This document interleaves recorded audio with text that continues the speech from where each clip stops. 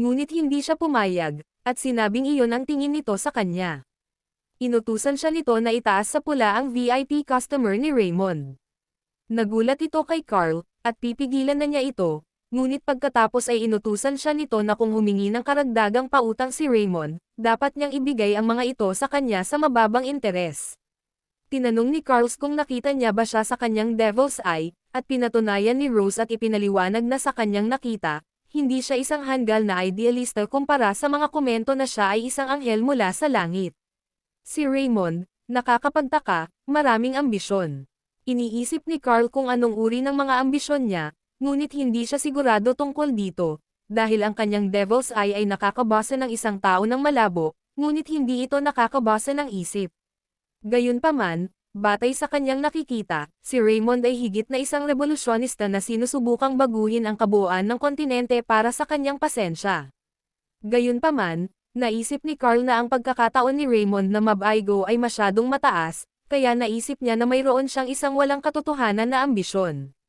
Nilinaw ni Lady Rose na hindi nila kailangan ng isang normal na tao, kundi isang nakakatawang tao tulad ni Raymond para makarating sa kung saan sila orihinal. Ayaw niyang makalimutan ni Carl kung paano sila napadpad sa countryside. Ngunit pagkatapos ay itinatama niya ang kanyang pagkakamali at tinawag siyang Sir. Napabuntong hininga si Carl. Napayuko si Carl sa kanyang harapan at tiniyak sa kanya na hindi niya iyon nakakalimutan. Kinagat-kagat ni Lady Rose ang kanyang mga kuko at tiniyak na huwag mag-alala, dahil kung mag-collapse pa rin si Raymond, kahit na suportado na nila siya sa maraming bagay, itatapon nila siya. Pagkaalis ng mga pinagkakautangan ni Raymond, hindi siya makapag-focus ng maayos hanggang sa matapos ang lesson, at ang dahilan ay halatang 70,000 pina ang nag-iisang sum. Kaya gusto niyang mabayaran ng mas mabilis ang kanyang utang. Kaya inisip niya kung saan siya kikita ng ganoon kalaking pera. Bagamat ligtas niyang naipasa ang panayam na iyon, hindi niya alam kung ano ang mangyayari sa susunod na pagkakataon, at naramdaman niya ang pag-uudyok sa kanya habang nakikipagkita sa isang ahas habang nagmumuni-muni. Pumasok si Hansen sa kanyang silid, ibinigay sa kanya ang dokumento ng impormasyon na ipinaalam niya sa kanyang Panginoon na sinaunang mga guho, ay natagpuan sa bundok ng Gur. Ilang adventure party ang pumasok sa ancient ruins, ngunit nabigo. Kaya pinasok ng Kingdom Knight si Raymond. Namangha ito nang malaman ang tungkol sa sinaunang mga guho, ngunit ang pag-iisip tungkol sa mga ito ay nakakaramdam siya ng takot. Alam ni Raymond na ang pagpasok roon ay maaaring maging sanhi ng pagkakasugat niya, at ang kaligtasan niya ang inuna. Inutusan niya si Hansen na itapon ang opisyal na dokumento dahil abala na sila sa pag-aalaga ng mga pasyente. Pinagtibay ni Raymond ang inaasahan niya mula sa kanyang amo, ngunit nagulat siya nang kinuha ng kanyang amo ang dokumento at namangha siya ng matuklasan na may kayamanan ang mga sinaunang guho upang siya ay makinabang mula rito. Tumikim siya, hinarap si Hansen, at sa pag-iisip tungkol dito muli, gusto niyang gawin ang lahat ng kanyang makakaya upang makilahok, at sinasabi sa kanya ang aktwal na dahilan. Gayunpaman, hindi siya narinig ni Hansen at sinabi na ang kanyang amo ay nagmamalasakit hindi lamang sa kanyang pasensya sa kanyang harapan, kundi pati na rin sa mga taong sasali sa paggalugad. Humanga rin si Lindan, dahil inaasahan niya ito mula sa kanyang Panginoon, dahil ang mga sinaunang guho ay mapanganib na mga lugar, at hindi nila alam kung kailan at saan babangon ang pasyente. Pupunta doon ang kanyang amo, at pumayag naman si Raymond. Pagkatapos ay tinanong ni Hansen si Linden kung nakita niya ang saloobin ng kanyang master na nag-aalala para sa kanyang mga pasyente sa hinaharap bilang uri ng saloobin na kailangan nilang gamitin. Medyo nalilito si Raymond habang naririnig ni Rao ang lahat ng ito mula sa labas, at iniisip kung hindi sasali si Raymond sa paggalugad ng ruin para sa pera, ngunit nagtataka kung bakit ito ang kaso. Samantala, sa tagtuyot at kaharian, natuwa ang hari dahil sisirain ng Houston Kingdom Knights ang paggalugad, na lahat ay ayon sa plano. Pinagtibay at tiniyak ng kanyang kababata na walang manggagamot ang makakatalo sa sumpang iyon ng evil spirit. Naisip ng hari na kapag napatay ang mga Kingdom Knights, ang National Foundation Festival na malapit na, ay magkakaroon ng kakilakilabot na kapaligiran. Hinubad niya ang kanyang kap at tinanong ang kanyang lalaki kung may posibilidad na magtagumpay sila sa paggalugad. Ang pinagbabatayan niyang paliwanag ay kahit gaano kalakas ang Knights, patay na sila kapag nakilala nila ang evil spirit. Akala niya ay napakaswerte nilang natuklasan ang mga guho na nakatago sa kaharian. Nagkataon, bago ang digmaan, si Grand Duke Barad, ang de facto na pinuno ng Drotten Kingdom, ay pinamumunuan ng batang hari na siyang utak sa likod ng insidente ng pagpaslang sa Odeon at ng nakakahawang sakit sa rehiyon ng Bay. Ang pinagbabatayan niyang paliwanag ay lasunin niya ang Peninsula Kingdom. Envoy Vicomte Langham, sa sandaling ang kapaligiran ay nagiging magulo, si Duke Barad ay sumang-ayon at nais na huwag kalimutan ng kanyang tao na ang kanilang tunay na layunin ay hindi lamang ang buhay ng ilang knights. Kailangan nilang gawing isang pagkawasak ng tren ang Houston Kingdom bago pa man magsimula ang digmaan, dahil ang pakikipaglaban ng may lakas lamang ang ginagawa ng mga hanggal na knights. Pinahahalagahan siya ng kanyang mga kampan dahil siya ay isang henyo na strategist, Grand Dude. Alam ni Barad na mayroon silang ilang mga pagkakataon, ngunit lahat ng mga oras na iyon ay nagkamali dahil sa hamak, lehitimong batang iyon na si Baronet Pennant. Dahil sa pag-aalala, tinanong niya ang kanyang lalaki kung dumadalo rin si Raymond sa ruin exploration sa pagkakataong ito, at nag-alala ang kanyang kampan at nagpaliwanag, gayunpaman, sinabihan siya ni Barad na huminto at sinabing pinahahalagahan niya siya dahil ginawa niya ang mahusay na trabaho. Mas maganda raw kung sinadya ni Raymond na paalisan siya kasama nila. Sa araw ng pagtuklas sa mga guho sa Houston, Kingdom Co Mountains, si Raymond ay nakatanggap ng isang biglaang paghahanap. Bumaba siya sa karwahe at nagtataka kung ano ang paghahanap na iyon, na lumilitaw sa sandaling dumating siya sa lokasyon. Tinitingnan niya ang mga detalye ng paghahanap at itinuro na protektahan ang tiger moth na tumatakbo sa apoy. Malapit nang tuklasin ni Raymond ang isang mapanganib na lugar, kaya hinihiling sa kanya na protektahan ang buhay ng exploration team. Ang malinaw na kondisyon ay upang mabawasan ang mga nasawi, at ang gantimpala ay depende sa tagumpay. At bilang resulta, makakakuha siya ng pabor ng isang tao. Nag-alala si Raymond dahil ang gantimpala nito ay depende sa kanyang tagumpay, at iniisip kung ano ang ibig sabihin nito. Lumitaw ang malinaw na mga tagumpay. Ang kondisyon A ay ang lahat ay nakabalik ng ligtas, at pagkatapos ay nakamit niya ang 3 antas pataas at 50 puntos ng kasanayan. Ang kondisyon B ay ang karamihan ay nabubuhay. Pagkatapos ay makakakuha siya ng 2 level up at 30 skills points, at ang kondisyon C ay majority dice, ibig sabihin ay nabigo siya sa quest. Kaya walang gantimpala. Nag-aalala si Raymond sa pagbabasa ng mga detalye, pagbabalik tanaw at iniisip kung ligtas o mapanganib ang mga guho na ito, dahil sinasabi nito na ang karamihan ay nabubuhay o namamatay. Higit pa rito, nakakatakot din ang pamagat ng paghahanap, dahil kailangan niyang protektahan ang isang tiger moth na tumatakbo sa apoy. Sa ilang sandali, naabisuhan siya na may ibibigay na bonus na benepisyo dahil sa kahirapan sa paghahanap at maaaring magamit ang isang support skill 24 na oras ng walang limitasyon.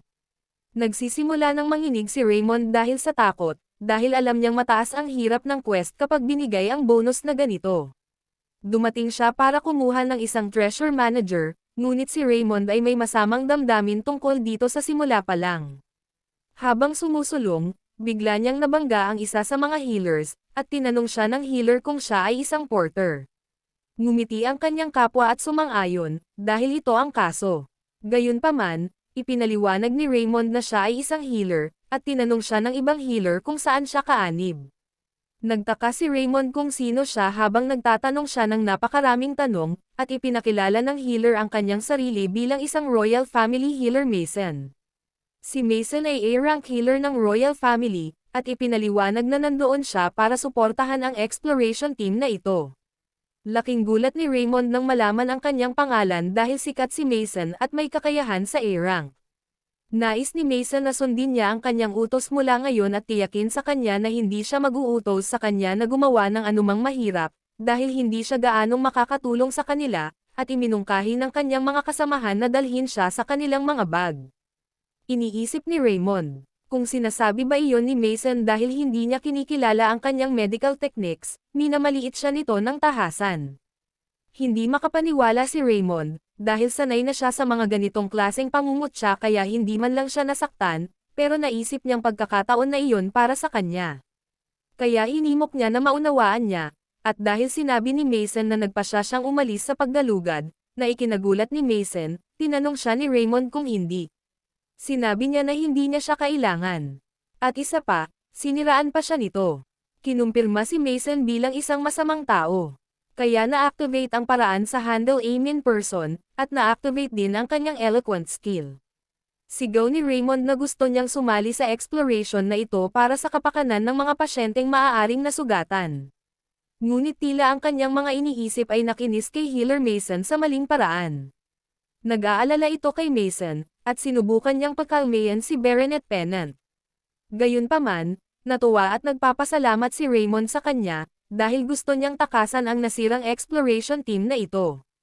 Kaya hindi ito masama, hiniling niya kay Mason na opisyal na humingi ng tawad sa kanya dahil sa pang-iinsulto sa kanya, dahil kung hindi niya ginawa, babalik siya. Alam niyang walang paraan si Mason na humingi ng tawad sa kanya, kaya naisip niyang babalikan niya iyon bilang dahilan, at gusto niyang siya mismo ang humarap dito, dahil siya ay mataas at makapangyarihan, A-rank healer, at nagpa siya siyang kunin ang kanyang umalis. Gayunpaman, lumitaw ang Knights at sinabi kay Mason na mali siya sa pagkakataong ito, kaya hiniling niya na humingi siya ng tawad kay Baronet Pennant. Ganon din ang iniisip ng ibang Knights, dahil dumating si Baronet Pennant para tulungan sila, pero insulto siya ni Healer Mason. Sinusubukang pagkalmayan sila ni Raymond, at ayos lang siya, dahil ibinahagi lang ni Healer Mason kung ano ang iniisip niya sa kanya. Ngunit tumanggi ang Knight at gusto niyang humingi ng tawad kay Raymond. Kaya walang choice si Mason kundi humingi ng tawad kay Raymond. Galit niyang tinitigan siya at gusto niyang maghintay hanggang sa makapasok sila sa Ron dahil ipapakita niya rito ang dignidad ng takong ng A-rank. Sinumpa ni Raymond ang kanyang kapalaran dahil ngayon ay kailangan niyang sumali sa Ruins Exploration, at dahil dito, malantad siya sa panganib. Maya-maya, nasa loob na sila ng guho. Tumingin-tingin si Raymond sa paligid habang ginagamit ni Healer Mason ang kanyang hilang sa kanyang kasama.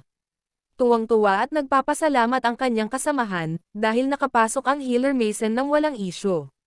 Ngumiti si Mason at tiniyak sa kanya na ayos lang ito, dahil ito ay walang halaga para sa isang A-rank healer. At tumitig siya pabalik kay Raymond na may titig, nagtatanong kung ano ang iniisip niya tungkol dito. Iniisip ni Raymond kung gusto niya ng papuri, kaya binigyan niya ito ng thumbs up, kaya na-appreciate siya sa mahusay niyang ginawa, na ikinagulat ni Mason. Maya-maya, pinangunahan sila ni Raymond, at tinitigan niya si Mason at iniisip kung ano ang nangyayari sa kanya, dahil sigurado siyang patuloy itong nakatitig sa kanya. Siya ay nag-volunteer na gamutin ang lahat, at tinanong pa niya si Raymond kung gusto niya itong ipagamot sa kanya. Sa puntong ito, si Healer, si Mason ay mukhang isang masamang bata na nag-aalboroto habang tumatakbo siya sa paligid na may pag-iisip na ipapakita niya sa kanya ang kanyang A-rank heal, anuman ang kaso. Naisip ni Raymond na mahusay na ang isang A-rank healer na kayang gumawa ng isang disenteng trabaho sa pagpapagamot ng mga nakakahawang sakit. Ginagawa ito kaagad. Dahil dito siya dumating, gusto niyang manghuli ng kayamanan.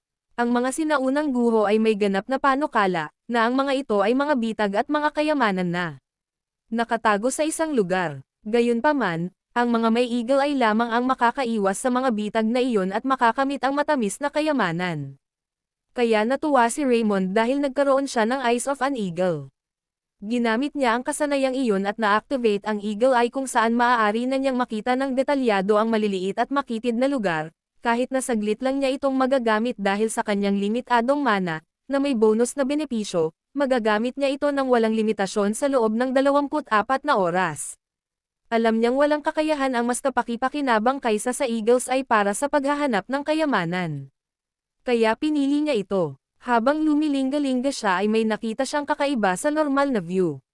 Bahagi lang iyon ng landas, ngunit sa Eagle's Eye, nakikita niya ang liwanag.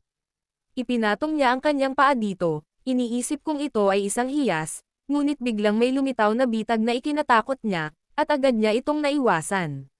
Siya ay natakot, dahil ito ay hindi isang hiyas, ngunit isang bitag.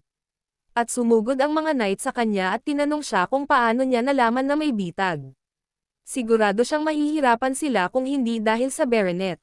Tiningnan sila ni Raymond at ipinaliwanag na napag-aralan niya ang mga bitag na tulad nito bago pumunta doon, at sinuri lamang ang mga ito.